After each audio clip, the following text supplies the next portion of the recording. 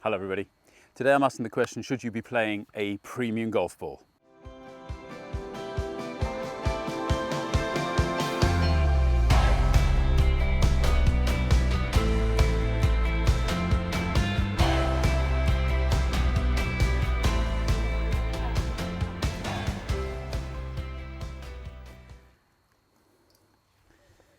So you're probably asking the question, what in the world is a premium golf ball and what is a normal golf ball? A premium golf ball is a golf ball that has a urethane cover. The urethane cover is softer than the Surlyn or Ionomere cover that they'll put onto distance golf balls and the cheaper brand of golf ball that you're buying. But if you want a simplification of golf ball manufacturer, you can basically say it's going to have a soft cover and a soft center, a soft cover and a hard center, a hard cover and a hard center, and a hard cover and a soft center. And the main performance differences are also quite simple to imagine. If you've got a soft cover, then the club face is going to grip more into the cover, you're going to get more spin. If you've got a hard center, you're going to get more ball speed. Combining then hard centers and soft centers with hard covers and soft centers, hard covers and soft covers is basically all that they're doing. There are, of course, then different layers in a golf ball. The idea of the layers in the golf ball is basically to get you performance in different areas of your game. So one of the layers is there basically for the driver when you're hitting the ball extremely hard to help reduce the amount of spin that you're getting. Another layer will be there for the performance of your irons to help you get the right spin on your irons, and then you will then have obviously your outer cover, which is there for your wedge play and your putting. I think all of us prefer a soft feeling golf ball, and that is basically despite the relatively hard center that a premium golf ball has, what you get with this soft urethane cover. That's this kind of soapy texture, this lovely kind of, you can almost press your nail into it, and the feeling, if you were to rub it across your putter, that you almost feel how it's kind of gripping onto it. Whereas if you take a driving range ball or a hard ball, which are usually quite cheap, you will actually feel a totally different consistency when it comes into connection with the club, and also a different sound. And I think this is one of the reasons that the soft balls have come in. You've got to remember, however, that they are not soft covers, they're still hard covers. And these hard covers are not allowing you to impart very much spin on the golf ball. As a general rule, you could say a hard ball with a hard cover is going to get the least spin, and that's why they're called distance balls. A hard cover with a soft center is going to get a little bit more, but not a lot. But you're going to lose on distance because it has a soft center. It's like buying a football that's not been pumped up. And then when you get into the premium balls, because they're made for better players, the better players want ball speed, so they're generally going to be harder than a soft ball with a hard cover from the center, but you're not necessarily going to feel that because of this urethane cover that they've put on the ball. And that's where this kind of lovely kind of soft feeling off the face goes, especially if you're using a putter and wedges with milled faces. You get that lovely kind of feedback, that sound, which I think everybody loves when it's coming off the putter. And finally, then you really do have your kind of tour performance balls. If you look at a Chrome Soft X, the Pro V1 X, all of the manufacturers will have a slightly harder ball for golfers with slightly higher swing speeds. So what does it really mean to you in performance?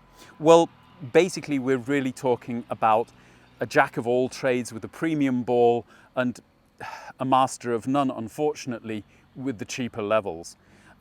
Even a distance ball in our tests this year was only going 4 yards further than a premium ball in tests, and that was the roll because it was taking on almost 700 or 800 RPM less spin with the driver. It was rolling out, but it was also landing 10 yards short of the driver with a premium ball. And therefore, were you to play it on a wet day, it's very likely that the distance ball isn't going any further than your premium ball. Around the green, however, you could be talking as much as a third of the spin of a premium ball on a full hit wedge shot. And that's simply because of this cover and the centre of gravity being in the right place with a premium golf ball. If you can get the centre of gravity in the middle of the ball and you can get the face of it, or the cover thin enough and soft enough that it's gripping into the grooves of the club, you can increase the spin immensely. And that is what you see on the greens when you're watching the golf professionals play, how the ball comes down and stops, and sometimes will even spin back if the green is soft enough to actually stop the ball itself. Do you need the ball to be spinning back? No, not really, and neither do I. However, what I do need is consistency in my golf ball.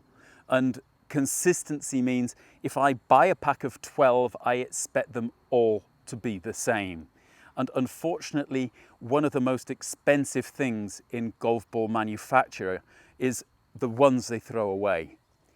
They've got to be testing a lot of balls with a lot of different ways to make sure that the weight, the compression, the roundness, the size of the golf ball are all the same. I think maybe we think that this is a simple thing. It goes in a mold, they inject some different liquids into it and a golf ball comes out. But it's far more complicated than that. They are mixing substances all the time to create these cores on golf balls. You get a little bit of a wrong mix and you've got a different compression in your core. They are putting in different covers on these golf balls, and some of these covers will actually have a seam on them. And if you look at your golf ball closely enough, you might even be able to find it. And I can almost guarantee you'll find it quicker on a cheaper ball.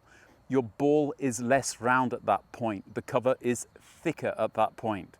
And for a long time, I remember growing up, we were told to kind of hit it on that seam because you would actually get a little bit more ball speed off that particular point on the golf ball. But it means generally they're not as round if you've got a thicker part on one side of the golf ball and a thinner part on the other. Is this going to make a big difference to your game? I honestly think it is. I think in a lot of cases, you are going to be hitting a golf ball which isn't going straight, not because of you, maybe because of you as well, but also because of the golf ball. I think if you were to take a bit of the money that you spend in a golf season and redistribute it to golf balls, you might actually find it'll knock a couple of shots off your score. On top of that, if you're playing a premium golf ball, you're going to get all the benefits. And I've switched back to the Chrome Soft this season, mainly for the triple track, because I've got used to this kind of alignment system on the golf ball. And I was a bit worried with my swing speeds that the new Chrome X would be a little bit too hard for me. I'll test that out over the next couple of weeks. But I found that using this triple track system just makes it so much easier to align the ball and the club to where I'm wanting to go.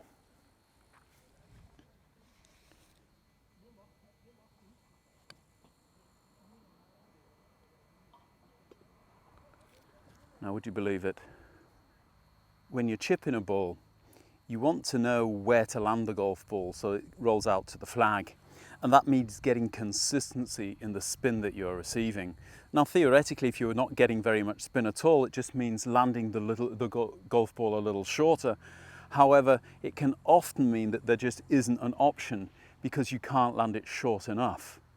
The more loft you have to take in order to give the ball flight, the more problems you might have actually making a good contact with a golf ball. So getting a ball that has a little bit more spin will actually allow you to actually get the ball up in the air and land it closer to the target because it isn't going to run out as far. That combined with this lovely feeling that you get, and I'll hit a range ball here, I don't know if you'll be able to hear the difference. You can see that that's actually rolled on quite a way past the hole. Now I'll hit the Callaway, and you can see how that kind of checks up, kind of break by the time it gets to the hole. When I hit the harder ball, it's actually launching a little bit higher, but it's flying and rolling a little bit further as well.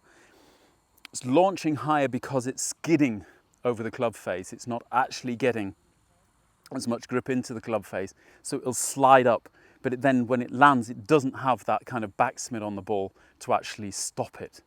Where the premium ball really comes into its own are these kind of 40-50 yard shots where you've got to fly the ball quite a long way. Here we've actually got a sloping green away from me as well, so it's nigh on impossible with a distance ball to get the thing to stop in time. Even if I've got a lob wedge here, I'm really kind of throwing it up, landing it on the fringe, and it's still going to roll on past the flag. There's nothing I can do about it. If I just swap the ball out, same shot, throw it up in the air, get it to come down, you can actually see I'm almost stopping that short of the flag, and that is such a massive advantage. Again, you've got to be able to hit these shots, I know, but if you were to half top one, you've got some spin on the golf ball. It's going to try not to go over the green. If you were to do that with a distance ball, it's gone. As ever, you pays your money and you takes your choice. I would recommend that you at least try it out. Buy yourself a dozen premium balls, test them against your usual ball, and see whether it makes a difference to your game. And if it does, then maybe you'll be able to knock a couple of shots off your round just by changing the ball. It is maybe the biggest part of the game. See you next time. Bye-bye.